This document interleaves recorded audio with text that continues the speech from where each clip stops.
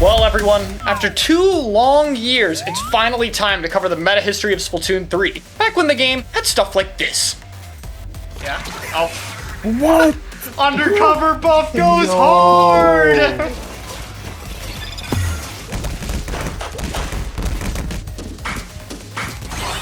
I got a lot to cover in this first episode back, with a lot more time and some actual prep work. I hope this can be an even higher quality story as we go back to the beginning of Splatoon 3. Be sure to subscribe if you want to see more meta history videos from me, and consider becoming a member to help support the channel. Let's take a journey back.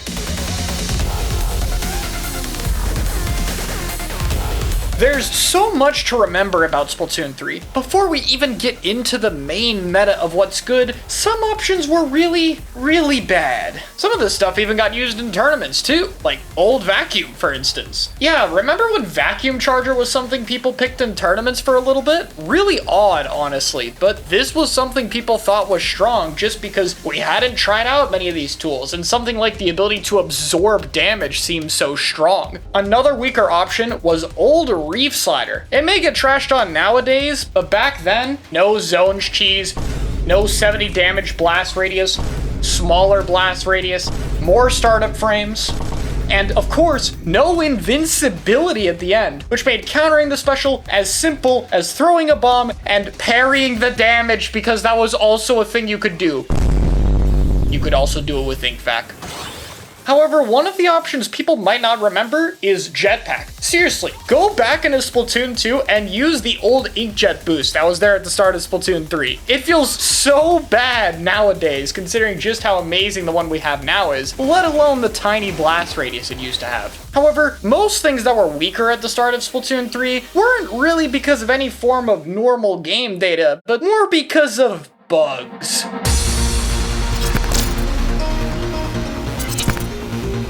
Umbrella shields were the most obvious ones. They were basically professional gaslighters at the start of the game. Oftentimes, the shield would look like it was there, but it wouldn't actually do anything. Sometimes it would be launched and just teleport, and of course, it could randomly go to space. Because why not? Ultra Stamp was another one. I mean, look at the list of bug fixes it had to get afterward. If you played Stamp at the start of Splatoon 3, you had to really like using Stamp because you tolerated a lot. Wait, where did it go? Where did it go? Some of the mechanics in the game were also kind of buggy. You saw that Stamper clip from earlier, but yeah, if you ZR'd at the right time, you would just be able to slash really fast. Wasn't really too practical in actual matches, though. You could also squid roll and surge at the exact same time to get a super jump. However, the most prevalent glitch was not really something that hindered a weapon, but more that helped it. I have no idea how this happened, but Machine could just hit through, well, everything. Umbrella shields, specials, splash walls, and even the walls and floors of the map. Oh, and some rollers could do it too, I guess, but you really didn't see them. Oh, and if that wasn't enough for Machine getting buffed by bugs, Booyah Bomb also didn't have a mash limit. So if you had a turbo, you could just insta-charge Booyah Bomb. Anyway, let's get on to some of the actual meta. Why do I get to still in a deja vu? Machine was one of the first things people gravitated to. Remember the start of Splatoon 2 with 3 buckets? Oh my god, it's so back! 2 to 3 machines along with some form of either missile spammer like Reflux, Flingza, and even Gutuber was picked for the torpedo, or something like Leader or Vacuum Charger to hang back. Hey, at least this was the one time you could pick those chargers, because in the prior era you had to pick Jet Sculpture, and in the future one you had to pick Pencil. We'll get there. By the way, in the pre-release version of Splatoon 3, Gutuber had 180p missiles. If they didn't change that, it would probably be better than the other 2 missile options. I just have to note that this was a thing. And people really complained about Machine, so much that it even made it to the weather forecast. スクリュースロッシャーが強いってごめんなさいね、こんな武器の名前までここで言う内容じゃないかもしれないんですけれども、スクリュースロッシャーが強いよっていうことを伺ったんですよ。結構そのゲームプロゲーマーが所属されてる方も結構ゲーム実況されてるじゃないですか。その情報によりますとスクリュースロッシャーが強いと塗りも強いし当てる判定も結構幅が広くて当てやすい。だから倒しやすいってことですよね。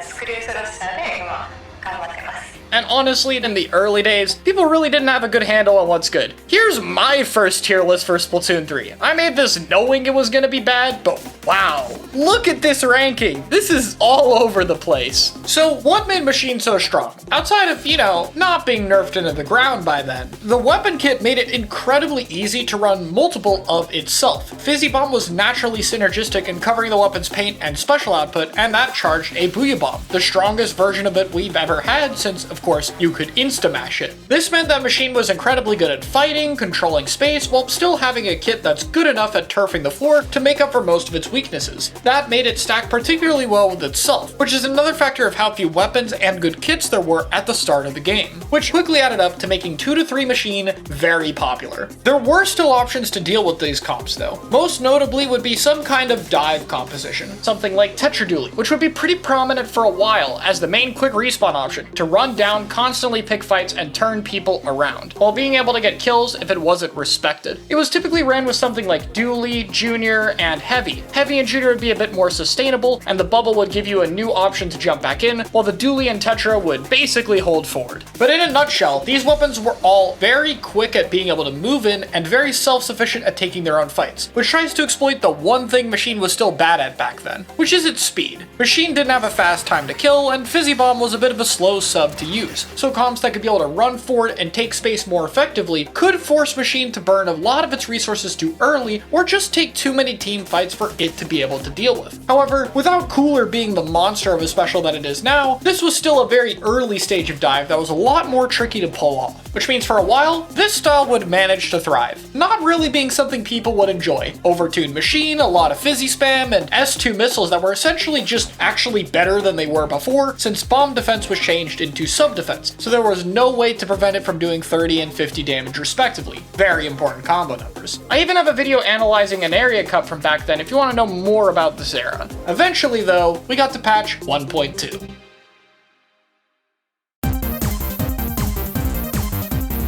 Wow, what a small patch. Toned down some of the missile spam, Machine, and Fizzy? That's it? Why is it so small? Oh, right. The bugs. Given that people were better at countering the Machine comps, the drop-off of missiles, and people playing the game for more than a month, the triple Machine fake early game meta would start to die off. And in its place would be one of the strongest and most dominant options we've ever seen, which would quickly bring in 1 to 2 Machines to reassure them that they're still going to be fine in the meta for a while. Splash-O-Matic. And it brought upon the new era of crab meta.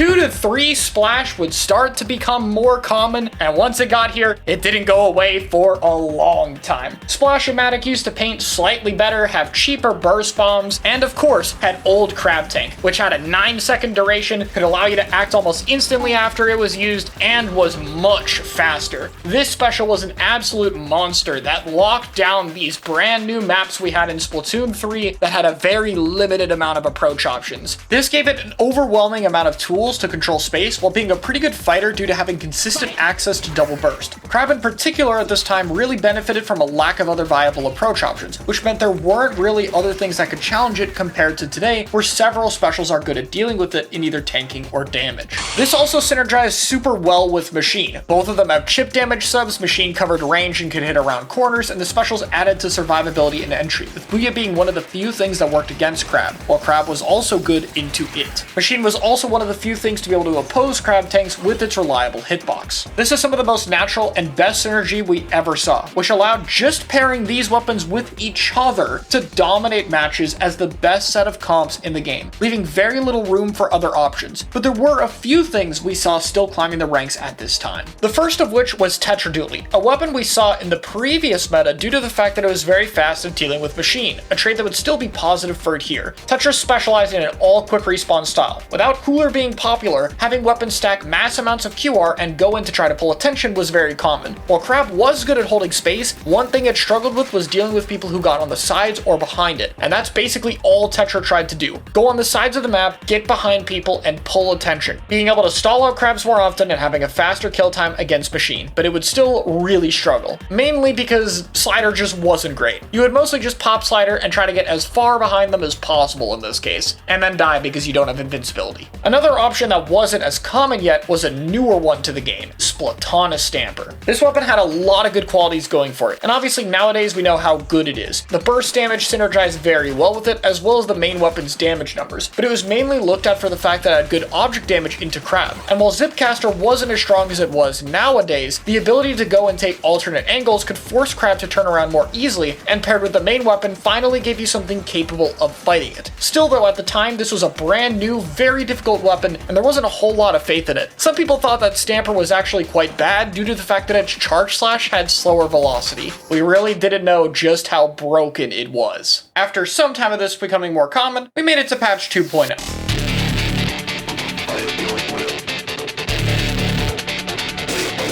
Before we get into the list of changes, it may have added another bug entirely. If you played a brush or a roller and had your back to the wall, your weapon didn't work. It just did not do damage. Watsum documented this really well if you want to learn more. Anyway, this update released on the 30th of November 2022, and I'll leave it to my good and calm friend Kyo to talk about if this fixed any of the problems with the meta at the time.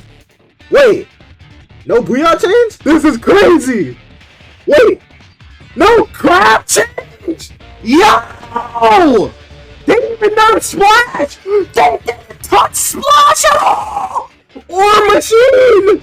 This is crazy! I remember when we thought the patches were gonna do drastic changes more often. It was a good time. Now, version 2.0 didn't have no changes. It notably buffed Stringer and Splatana. Tri-Stringer was actually decently noteworthy at the time since it did do good damage to Crab at a distance. The Wiper change, however, is the more notable one, allowing a horizontal slash to paint a solid line.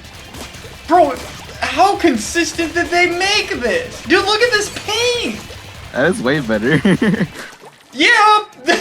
This drastically boosted the weapon's mobility and made it another option to play more aggressively while being able to break Crabs, kind of being a weird hybrid of Splatana Stamper and Tetradooley. Zipcaster got a nice ink consumption buff, which would really help the wave of Stampers coming in, and they changed it so you couldn't parry Reef Slider and Ink Vacuum. It's pretty interesting that they're increasing the damage of a blast radius. I'm sure that'll never happen again, but just in case, let's start a tier list and track which specials this happens to. This is also their first attempt to fix Angle Shooter, and it won't be the last. However, the most notable change was the Tenemissile nerf. It was given its 10-second cooldown in this patch, which means options like Flingza, Reflux, and sadly, the Goo Tuber would start to drop off at this point. Missiles were pretty decent at displacing Crab and allowing you to go in, but were kind of on the way out, and this nerf basically sealed it. They also added a few weapons this season. The new weapons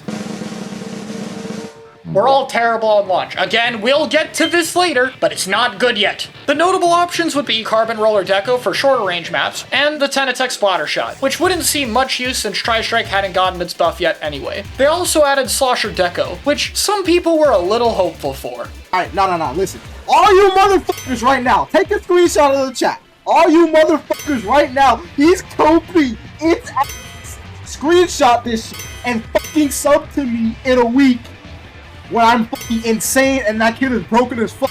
Give me $5.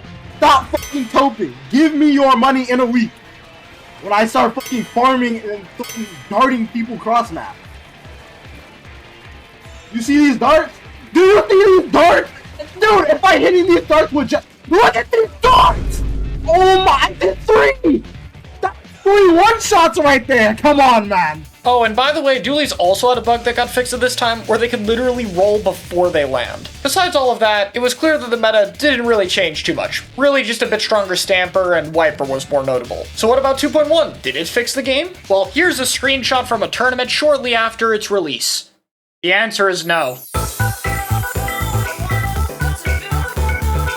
This update was released on January 18, 2023. It notably improved Dynamo's damage a little bit, Bamboo's ink consumption, and Nautilus's firing duration, as well as having a slight nerf to Sloshing Machine, as well as Crab Tank. The more notable changes in this patch, though, were the buffs. Tacticooler and Tri-Strike would both get big buffs in this patch, with Tri-Strike getting its better damage and radius, and Tacticooler no longer being negated by Respawn Punisher. Even Reef Slider got its invincibility in this patch.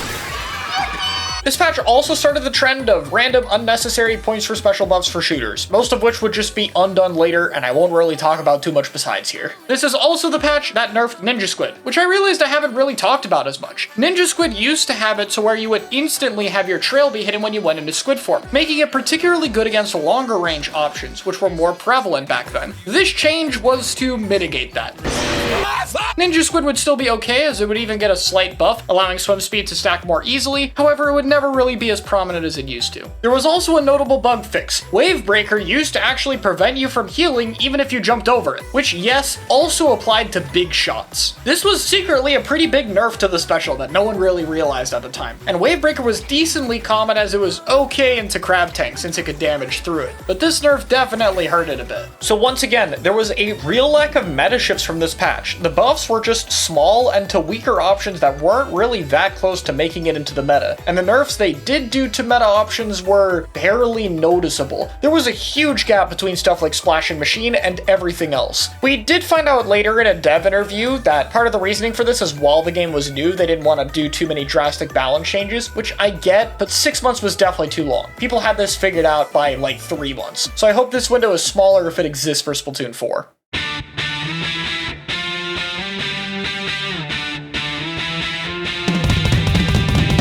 Version 3.0 launched alongside Fresh Season 2023, adding Kraken, a special that could definitely counter the Crab Tank, along with a notable weapon of 96 Deco, Neo Splash-O-Matic, Rip T-Tech, as well as ZF Charger with Wall Tri-Strike that we just buffed, and Rapid Blaster Deco to the game, in terms of notable options. In addition to that, there's some more small changes here. Burst Bomb gets an ink recovery delay nerf, and Zuka Jetpack and Ultra Stamp are getting damage buffs to affect the Crab Tank. Surely this will fix the game.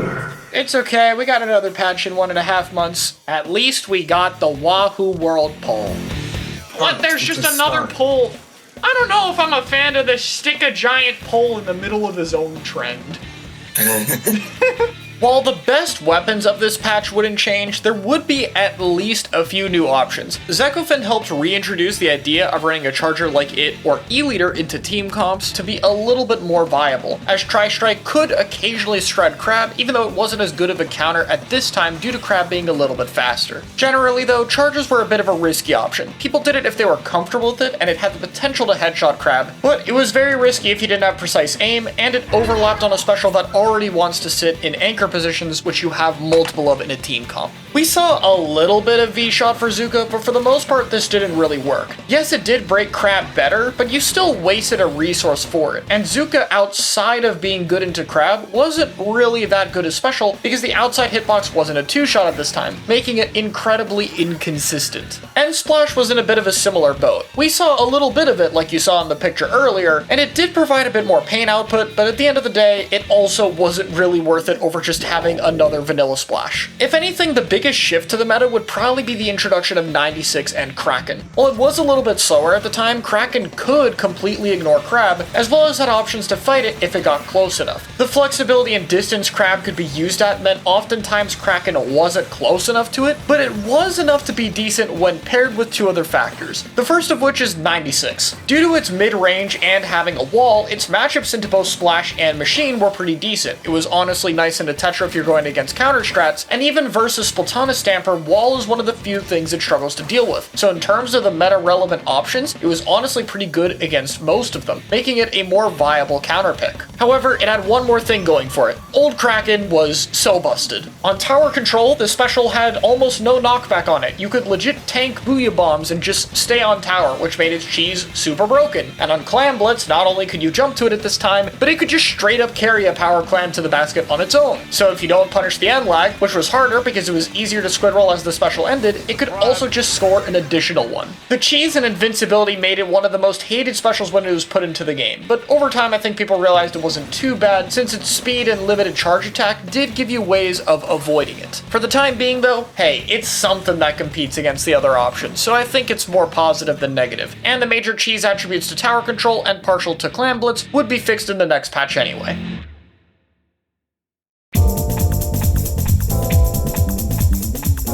Finally though, after multiple patches failed to address crab meta properly, 3.1 would finally put the nail in the coffin where things would begin to change. This patch did some notable buffs to other weapons. Snipe Rider gets a damage change here, Bucket gets its consistent 2-shot, and dualies get a faster dodge roll. But most notably, Burst Bomb goes from 40 to 45% in this patch. And for an additional nerf, sub resistance up was buffed against Fizzy and Burst Bomb, allowing one sub to prevent the 35 damage hit from 3-shotting, which basically got rid of double burst and overall burst spam. Great change. And Crab Tank gets its lag changes when going into ball form, and it now has a decent bit more end lag when the special is broken. This change would finally tone Splash down from the best weapon in the game to just a pretty good top tier weapon. The special would still be good as we get into the future changes here, but it would no longer define the meta. Anyway, in the other special changes, another radius increase for Ink Vacuum, another damage of a blast radius increase, and a radius increase for Reef Slider, and a radius increase for Ultra Stamp, along with some actually pretty decent buffs, allowing the special to be turned a little bit more easily, as well as having that giant outside hitbox. The real thing that would change this patch is the buffs to the Gutu. No, I'm just kidding. I mean the ballpoint Splatling. Not only did it get 190p recently, but Inkjet didn't just get its height buff here, but a 43% blast radius increase. Being attached to a strong weapon with the ability to shred crab, the meta was finally about to change.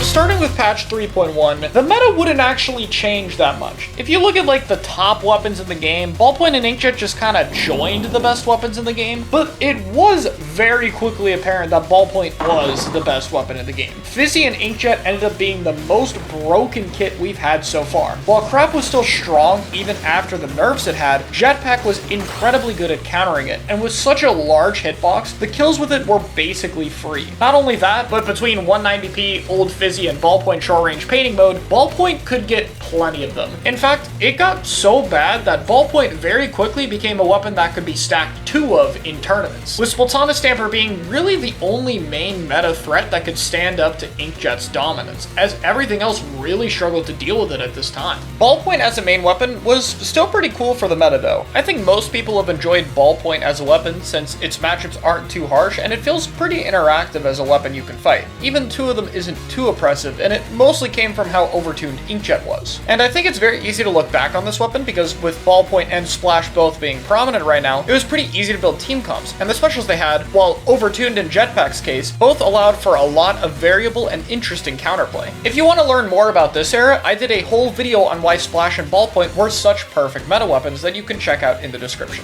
Ballpoint wasn't the only Jetpack weapon used though. While it was a bit rare, Rapid Deco was only 200 at the time, and it did see some prominent tournament results as well. Another weapon we saw a little bit more of though was Neo Splash. I still hold that I don't think this weapon was as strong as people gave it credit for, and it never really took off to an insane extent. However, it was very good at spamming Tri-Strike, which was still rather freshly buffed. This could potentially displace Inkjet a little bit and be good at camping the landings from Inkjet and Zipcaster, but we still never really saw too much of this. I would say the meta still definitely felt a little bit different. I mean, having 1 or 2 Inkjets are definitely going to change things a little bit, but at the end of the day, this ended up being a slightly remixed version of Crab meta, and competition for it was still limited with how bad the entry tools were this early into the game. And that's where patch 4.0 comes along. This was the update that introduced S-Blast and Paintbrush to the game, and had some notable kit inclusions of Rapid Blaster Pro Deco, Custom Dually Squelcher, Tennis Umbrella, and the dreaded Splatana Wiper Deco. This was the first missile weapon to be added to the game, and seemed like it would originally be way better than the other ones. There were a lot of harsh reactions to this, but some people like Arashi and FLC ended up correctly guessing that the missile spam ability nerf would end up checking this weapon before it even came out. Anyway, the patch ended up being pretty significant. Let's start with the nerfs. Splash-O-Matic would get just a small little tone back. Paint's a little bit less further away, makes it a bit easier to fight the weapon. That's a good change. They're clearly being careful not to over-nerf things.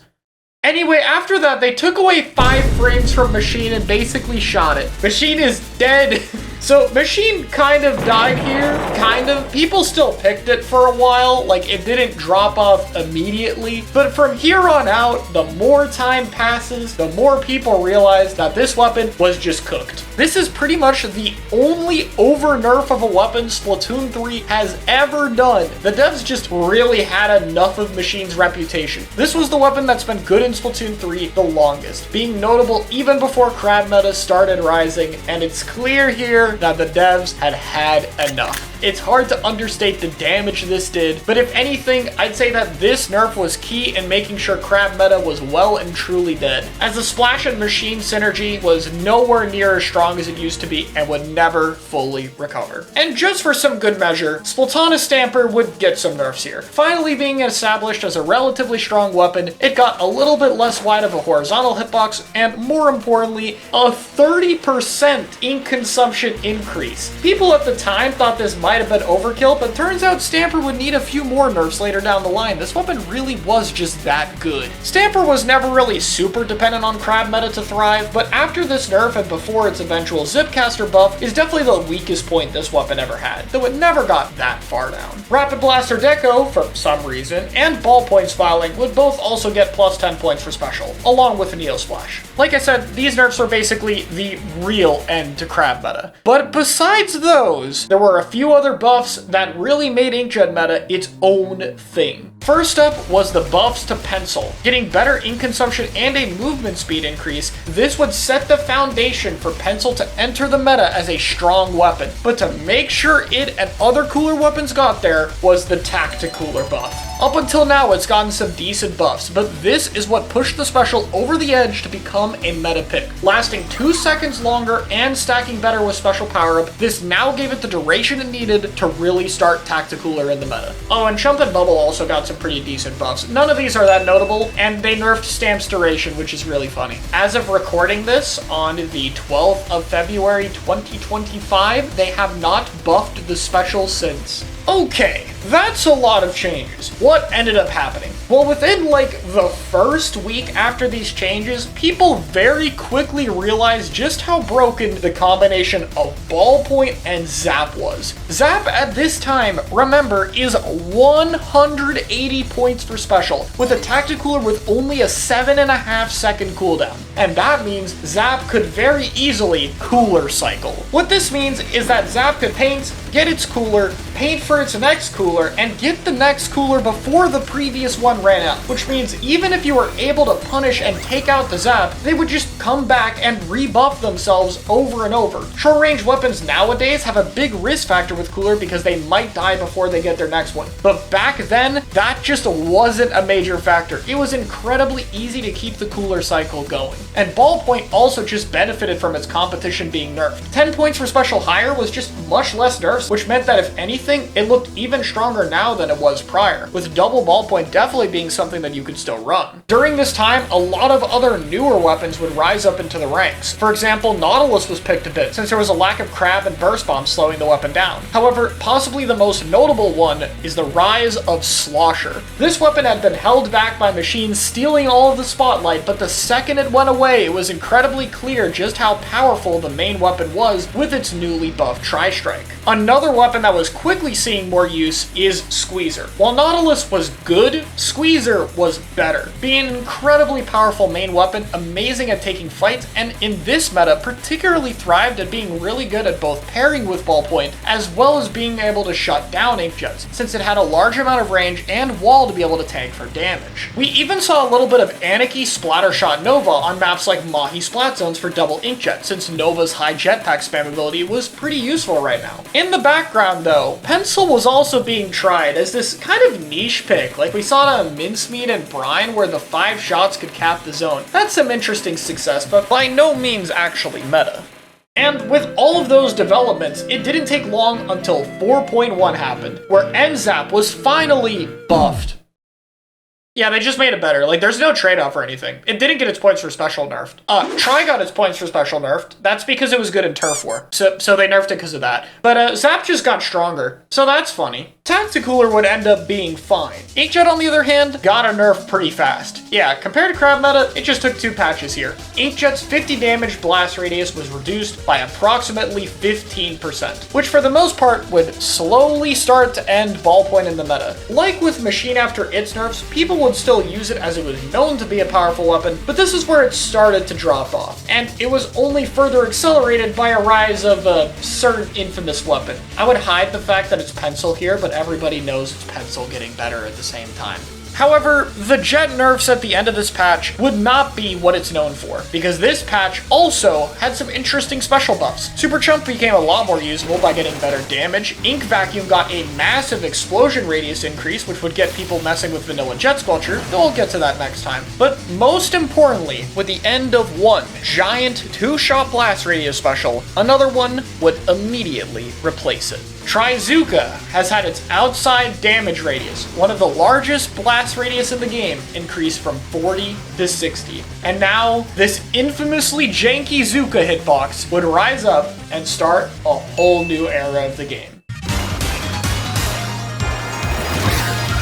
So it might seem kind of crazy that Trizooka would go from a middle-of-the-road special to the best special in the game, or second best behind Cooler, off of just one damage change. But it's important to remember that Trizooka already had 2 really annoying attributes since its launch. The first one being a much faster startup, since you got to panic it pretty much instantly, and the second one being a giant AoE radius. It's just that you couldn't really take advantage of any of those things because the special was very inconsistent. Fixing it so that this giant outside hit is a 2-shot, and a very lenient 2-shot at that, kind of just gets rid of all of the issues it had prior, and that meant that all of its strengths could now be exploited. This was used on a handful of weapons as well, because especially at the time, Zuka probably had the most viable kits with the weapon around. Splattershot was a 190p spammer, Squeezer was one of the best weapons in the game at 200, Machine Neo got picked in the western scene, which was a 190 Zuka with a sensor to make it easier, added in the next patch, and from some weapon-specific players, it was also pretty good with both Carbon and Tenebrella. That's 5 good Zuka kits. Literally everything besides Clash saw some level of competitive play. And it helped even more that it was better into both Jetpack and Crab Tank, the 2 old meta options that it basically demolished. It also helped cement Cooler into the meta since it was basically the only thing that helped mitigate the value off its death. This became so complained about that we had the great Trizooka debate, a whole second channel video I covered here if you want to relive the whole thing. But it was basically started by a few clips where Zuka would just kill over cover, or just be panicked and take someone out, or 2-shot someone behind a wall, and people would start to complain about it with others defending it as a skill issue.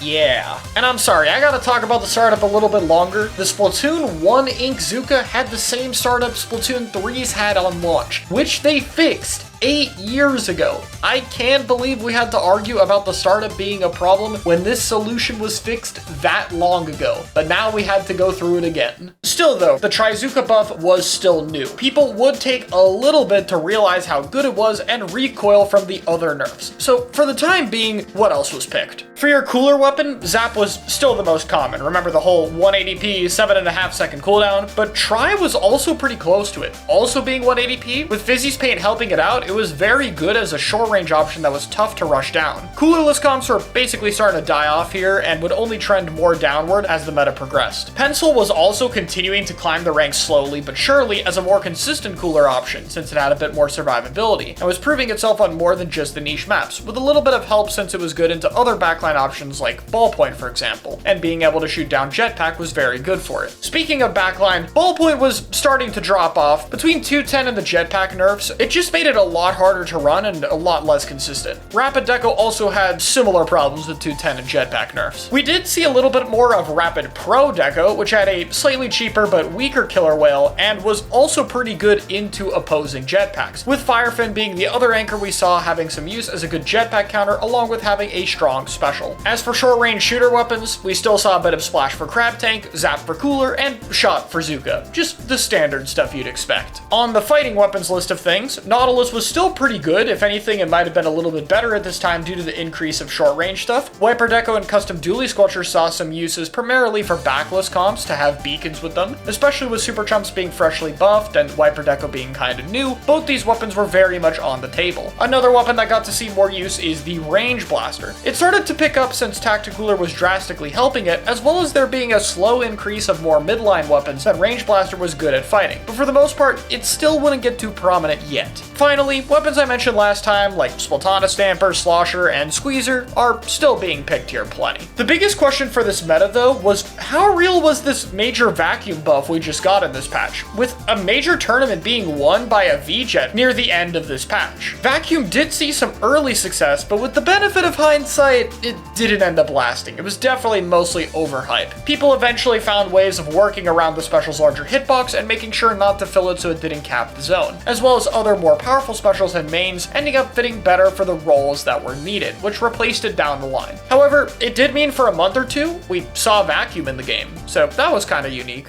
That brings us to patch 5.0. This dropped at the end of August 2023 and started the trend of patches that drop with the season not having major changes. It did release Dread and Edit Spiraling, the latter of which saw some small use, but both of these main weapons are far from a state that saw them as relevant picks. Machine Neo, like I mentioned earlier, was released and was basically the only major addition this season, as the other main weapons were lacking at the time. Between Sorella Brella's good kit and new buff, there was some debate around that weapon, but well, nothing really happened. Reflux also got a small paint nerf because of Turf War. I don't plan to mention Turf War very much. Reflux was kind of the only unique thing for Turf meta, and despite all the nerfs and buffs to rework that weapon, Reflux basically always stayed as a very common Turf War weapon you were gonna see. The main changes for this patch were actually the last-ditch effort and Tacticooler getting some much-needed nerfs. Zap would get 190p, as well as Tacticooler's cooldown being increased from 7.5 to 10 seconds. It would still be able to cooler cycle at this time, though it would be a lot harder and less consistent. This basically opened the door to Pencil making a big rise in popularity, but in addition to that, Zipcaster also got some pretty big buffs here, which briefly ended this period of Stamper at its absolute lowest balance state, and helped a lot of the other weaker caster options have a bit more of a reason to be used, though for a while, we're still really only going to see Stamper. For the most part, this patch just continued current developments, but the main one was Pencil. Vacuum and other backline options were continuing to struggle and prove their value after various different nerfs. And with NZAP being a bit worse at cooler cycling and players getting better at Pencil, it would be the dominant cooler pick for a little over a year. Though at least at this time, Tri Nouveau and Zap, and even a little bit of heavy edit spotting would see some use for competition. You could make the argument that despite Pencil's dominance, this is probably when the most viable cooler options existed, at least as of time of scripting this in patch 9.3. Zuka, however, was continuing to grow in popularity. Now that Pencil was being more common and less NZAP, you could start to run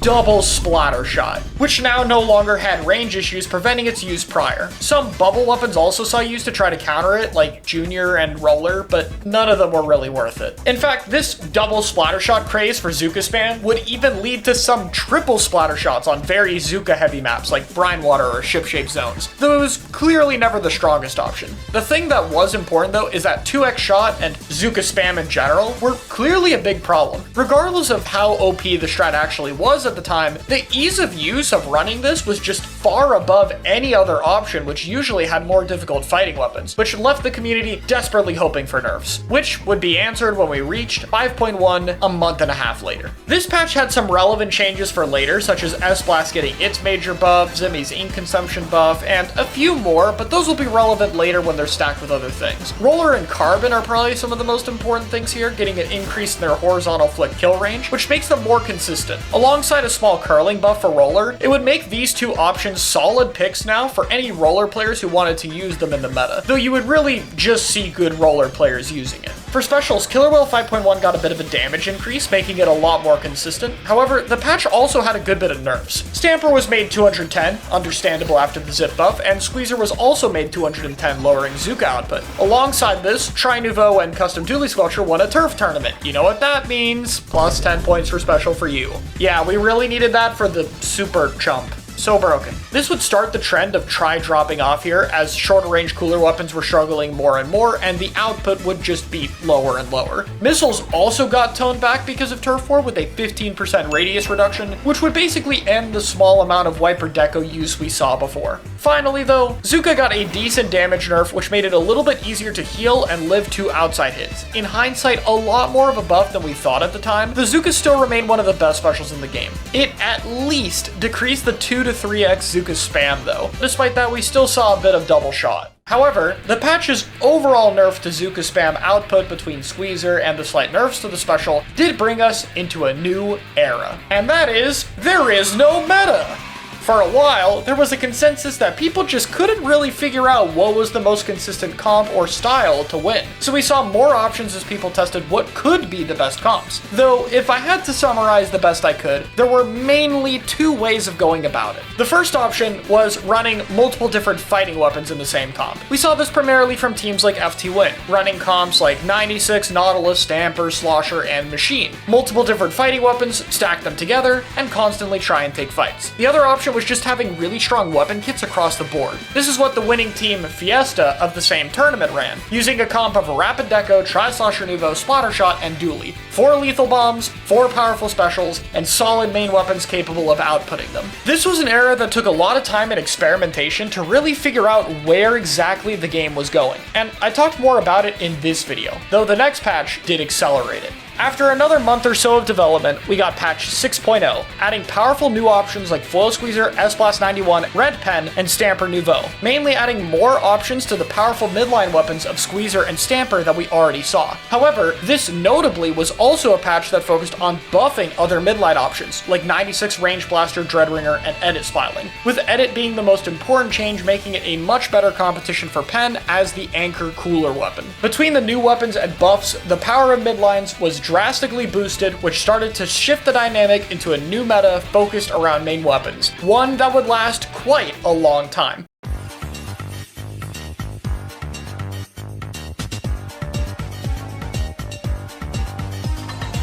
We're going to jump straight into patch 6.1. It has more major balance changes since 6.0 didn't have too many major shifts. The first big change that comes from this patch is making Pencil more dominant. While it wasn't changed directly, the other 3 strongest cooler weapons were all increased in their special cost, basically just making them all worse by comparison. This especially hurt Tri-Slosher Nouveau, and from here on out it stopped being a cooler staple and was more often used in double cooler comps. In the meantime, Edit Spiling was able to keep up a lot better than people realized due to just how broken the main weapon was, especially back then when it painted better. It would still be absent for a long time from the Western scene and not be better than Pen for quite a bit, so we'll talk about it more when it manages to catch up. Finally, with Zap on the other hand, it actually got a notable damage buff this patch, increasing it from 28 to 30, improving its consistency with other 70 damage weapons. However, Zap very much relies on a very strong anchor option in order for it to be worth it, and from here on out, there isn't really any amazing option. The closest we really saw was just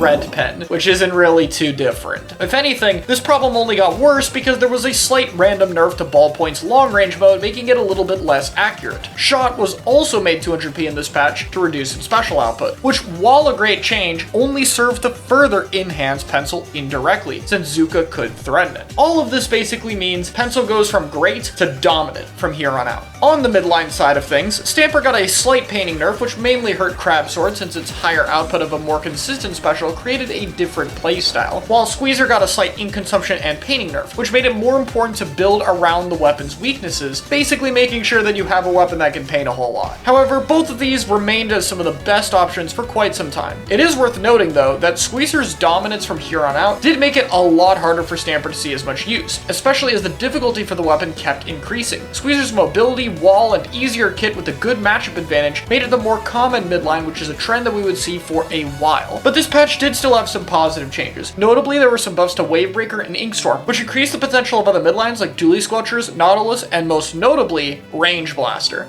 as the meta shifts further and further into a midline focused meta, Range Blaster gets better and better. Cooler has already been a nice benefit for it, and so is Pencil with a reliable combo damage with it. But now it's especially important because there are going to be more mid-range weapons and more fighting in the meta. Range is especially good at fighting against other mid-range weapons because that's where it likes to space, and so it's a big positive for it, and I think this slight wave change only served to help enhance the weapon's rise. There were some other small things like Inkbrush being a bit faster and Flings and Dynamo having more consistent horizontal flicks, but these were more for niche situations as the weapons were only picked on a few specific maps or by specific players. As for changes in this patch, we tend to see a good bit more Squeezers, Sword, Nautilus, Range Blaster, Machine, Slosher, Tenebrellas, and 96 Gal Deco for midlines, while 2x Shot still managed to see some use at this time, though the main weapon trio that would start to become more common is Pencil, Squeezer, and Splattershot, with a varying degree of fourths, though usually another midline. Pencil and Squeezer's insane range made it tricky to take fights without prior damage, while the consistent Zuka output from Squeezer and Shot gave frequent power spikes and the ability for the comp to move forward, with every weapon having an easy time of working off of Pencil's high damage, which brings us immediately into 7.0, probably one of the least impactful patches in the game. This added very underpowered main weapons and lackluster kits. 52 Deco was the only one to see moderate competitive use, but it was mostly due to Screen being briefly overhyped, especially after it's buffed later. The balance changes also had basically nothing. 52 got slightly higher points for special due to it being an amazing solo weapon, and still a solid comp one. Luga and Mini got decent buffs, but neither of them would see drastic use at this time, and Reflux gets nerfed again in its pain output because of Turf War. Arguably the least important patch ever released, which means there's not really much new in terms of development, and we can jump again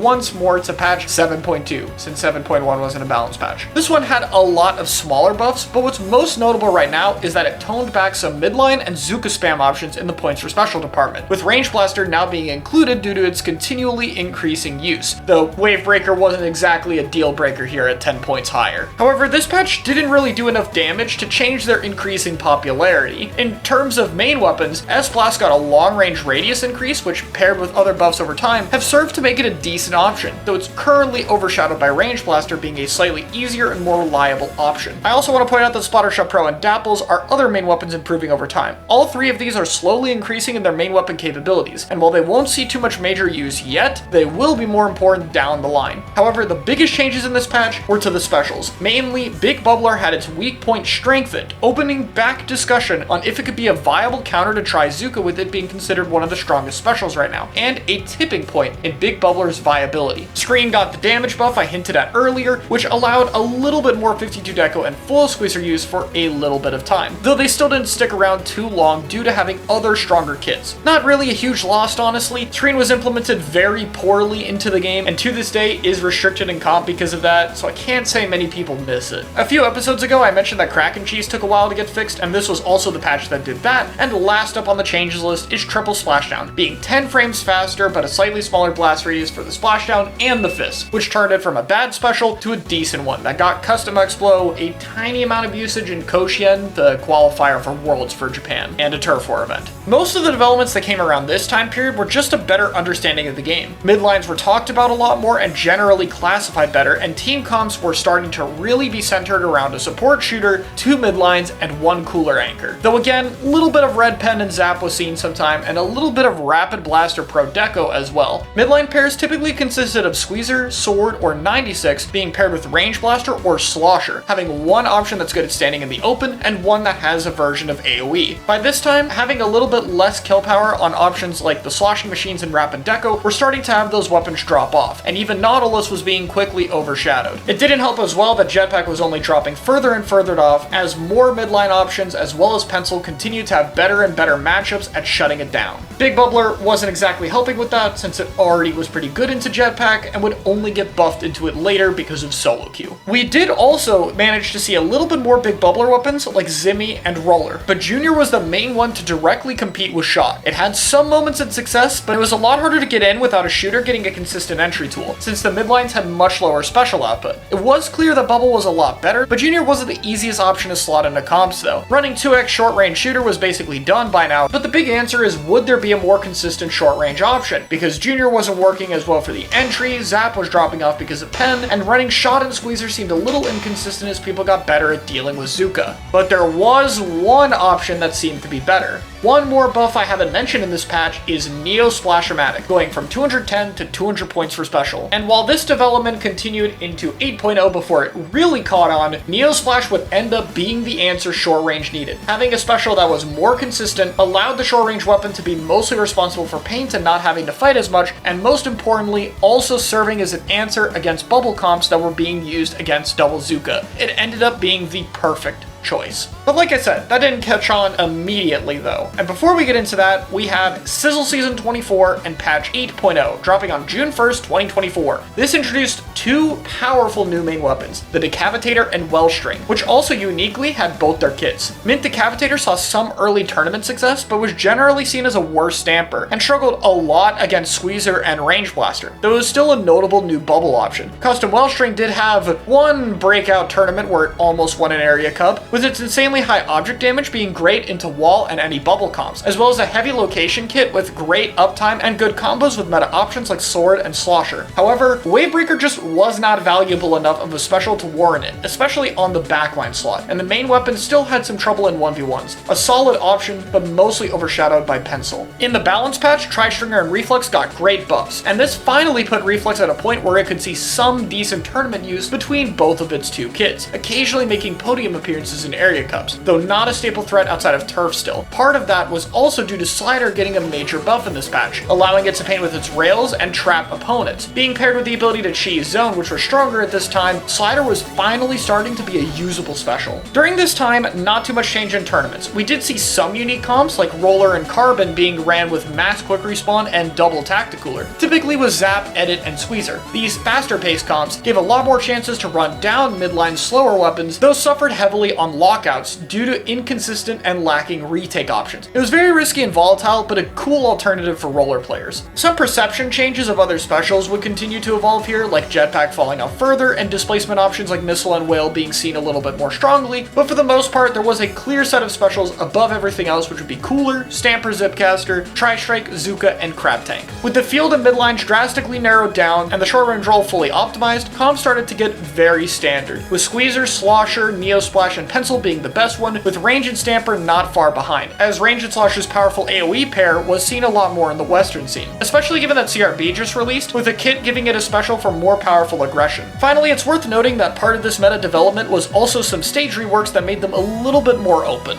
To wrap things up, we can speed through patch 8.1, which once again had a lot of smaller changes, the most notable one by far being a buff to Carbon Roller, increasing its horizontal kill range and vertical hitbox, making it more comparable to Splat Roller strength, and S-Blast being a whole 5 frames faster, being more worth it but still overshadowed by range. Trizuka and Jet were made weaker into Bubble, solidifying that as a weakness for them, and Kraken was made slower, drastically lowering the power of primarily CRB and 96 Deco, the latter of which was already losing out to Squeezer. Finally, Slider got a massive 70 radius in exchange for less consistent zone cheese, an overall very important buff that we wouldn't see the effects of quite yet though. From here on out, the meta didn't really change much. It has reached a nearly fully optimized state, and that's not that surprising. The previous 4 episodes of the series spanned an entire year of balance patches, but this one spans an entire year by itself, an entire year of evolving and working towards midline meta. While of course powerful main weapons and increased fighting power were fun, it did have its problems. It was very stale given how long it lasted, the short range shooter was basically a paint bot, rolls felt very stagnant, and entry tools were a little bit more limited with the lower special output. Coordination also just wasn't as big a factor, which some people have missed from Splatoon 2. But now, after a year of dealing with this meta, Nintendo gave a warning that the next patch, 9.0, would be focused on nerfs, finally giving a chance to shake things up.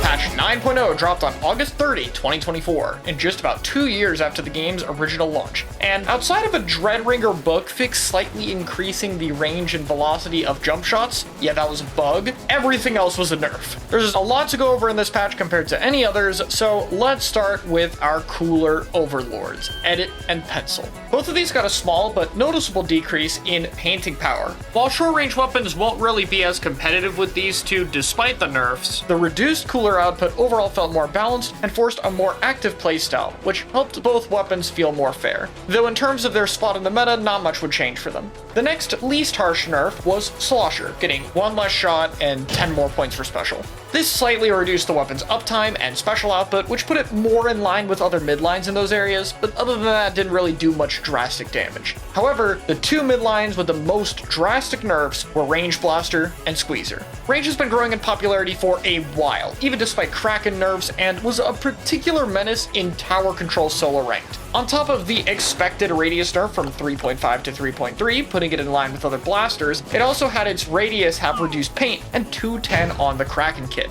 Those two latter changes definitely feeling like a little bit of overkill, but combined with the 5-frame Kraken nerf from before, dealt a huge hit to the weapon. However, it definitely survived. Even after this patch, it was still able to do well in tournaments, and in particular saw use in the King's Cup, a Nintendo tournament in Japan, but would no longer be the best blaster. Though that's getting ahead of ourselves. Squeezer was even harsher, with shots having less range and shot velocity, and the main having less mobility. This made its advantage much less oppressive, thankfully, even though it still held a range advantage over most other midlines. It also managed to survive, and if anything did even better than Range Blaster, but its status as the best main weapon in the game was gone.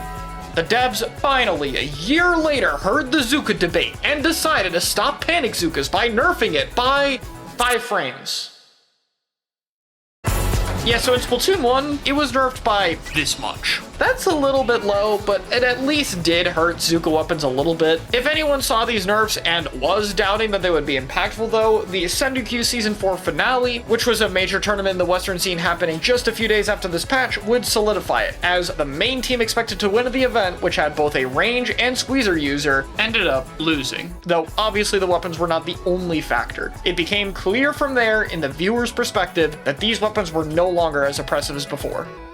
That said, why do I feel like I'm missing a weapon here? Oh yeah, sort of forgot the obvious question there, but how did you survive? Yeah, so you might have realized I haven't mentioned Stamper, which I've been talking about for a while as being considered a powerful midline, yet it's somehow completely absent here. While we're never gonna know for sure why Stamper managed to survive this patch, my guess would be that since Squeezer had a good matchup into it and was so much more common, paired with Stamper's insane difficulty, there was just a lack of good active Stampers in competitive play and X-Rank leaderboards, which probably signaled the weapon already dropping off beforehand, along with the devs not wanting to nerf it too hard, which resulted in it being unscathed in this patch. One more thing before 9.0 was done. You know that new bow they added with some niche uses and being good in Rainmaker? Yeah, they nerfed its paint too for some reason. Not huge damage, but very unnecessary and random. Oh well. So what happened after this patch? In the Western scene in particular, we saw some more roller-centric comps. These were paired with End Splash for the high paint output and strike cover, as well as a 52 or even better down the line, Mint Decavitator, which exploited the old midline comps, which while still being tried had a hard time dealing with the high amount of sharking and self-sufficient weapons here, basically resulting in a very unfun game of hide and seek.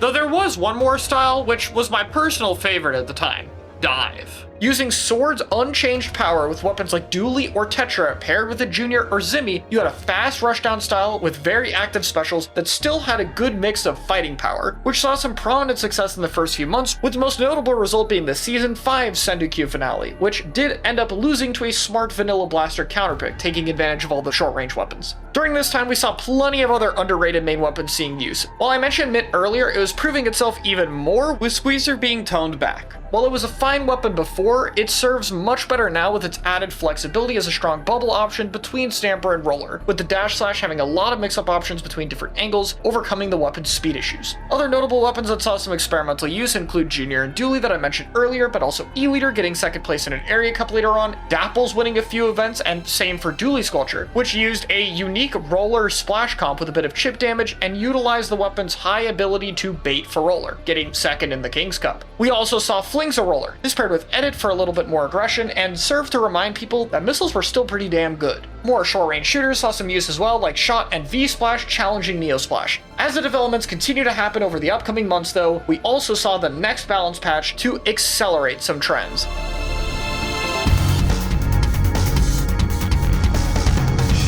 We're now back to a patch that's more buff focused. This on its own pushed a few weapons to seeing more niche uses right away, since the buffs were a lot more focused in areas that were needed. Our first example is Luna Blaster, which after 7 years finally got a meaningful blast radius buff. This one doesn't count, which paired with the strong vanilla kit of Splat Bomb 170 Zipcaster got it some niche use cases for the first time in a while. Splatana Wiper also saw some occasional use as a more mobile option and the best torp weapon in the game, but it's been struggling for a while due to Hammer, and a small buff to its Charge Slash definitely helped, which we saw primarily during the Season 6 Sendikyu finale. And finally, Splattershot got a tad more range and painting range to help B-Shot compete. Not sure that was super needed, but whatever. The devs stated that the Splattershot and Splattershot Pro buffs were benchmarks that might adjust future similar weapons.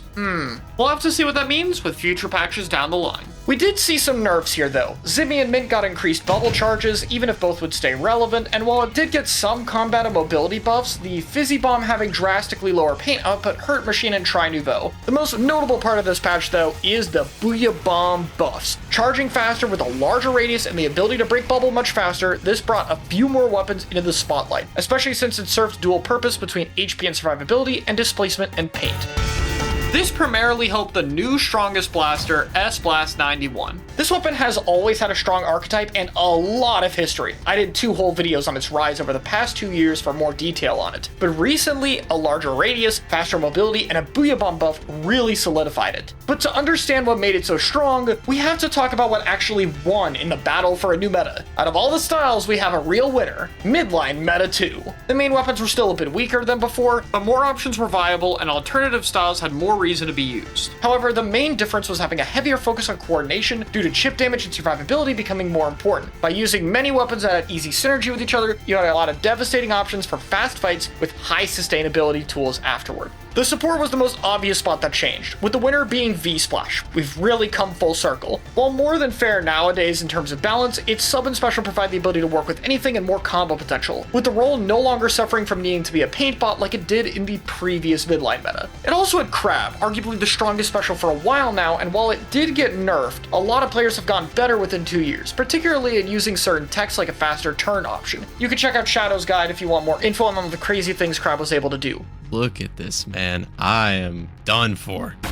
This weapon was the perfect glue to work with others, though some other supports we saw some use of were things like Shot for breaking Crab, and Splash for more selfish weapons like Roller or Squeezer, and even a bit of Dread used by me, and Grand Roll in Japan. This weapon had some big slider buffs, giving it a massive 70 radius, consistent main weapon damage that was very easy to work off of, and allowed you to play a support with more of a midline focus, giving it more paint range and fighting power. Though with the downside that while its special was able to counter HP options, it was rather inconsistent and unfitting for the role, leaving it as a mostly niche pick for now. While Pen still easily worked with these options for the cooler weapon, Edit has now fully caught up, working better with and against HP specials due to its better object damage, and having its mobility be much more useful for being active on the map. The indirect shifts of this metagame put it closer to Pencil, even if it was still worse. Last up in terms of roles is the midline one, with the most prominent duo being Stamper and S-Blast. Stacking in a triple burst and 3 specials to help with survivability gave it so many combos to work with while having many one-shots, AoE to cover, and a long range pressure. Working a bit better with Edit for consistency, which won at the first Area Cup we saw it in, though it also won with Pencil in the Sendikyu Season 6 Major in the West. In terms of other powerful midline options, I mentioned Mitt earlier, but its higher damage made it more consistent with combos, and of course, Slosher still thrived with a good 70 damage and Strike being great for entry, though compared to other options, the lack of a special to add survivability made it a little bit less flexible.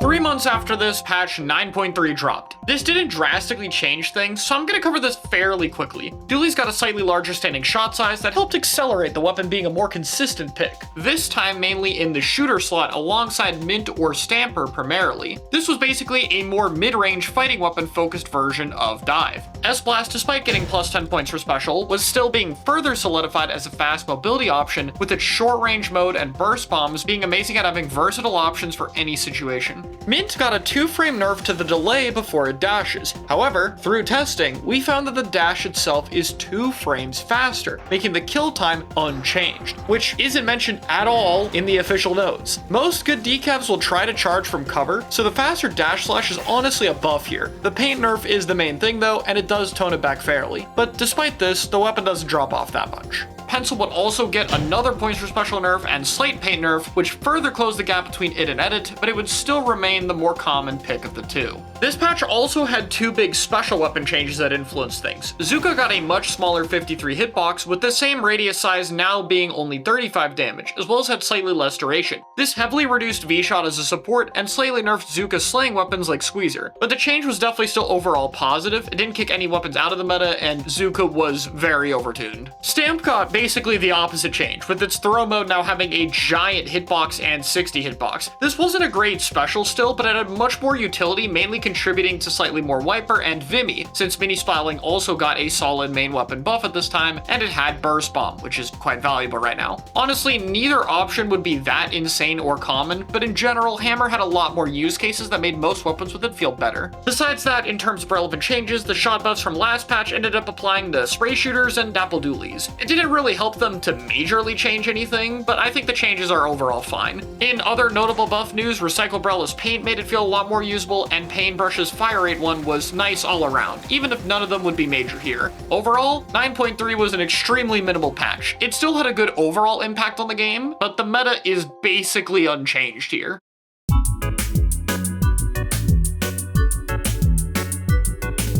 The end result of these balance changes was a midline meta that directly improved on what came before, remixing things in a way that's more balanced and to this day sees new options doing well while the core is less restrictive, more interactive, and has a higher focus on coordination that people missed. Overall, the devs really did it. They handled nerfs in so much of a better way than Splatoon 2 and left the endgame in the best spot it's ever been in. And we'll have to see where the more spread out patches take this game. When those are finally done, it'll be time to wrap up this series, at least for Splatoon 3. But until we get there, it looks like that's where we'll be leaving things for now. Thanks so much for watching, everybody. It's been an honor to do this again, and I hope you all enjoyed.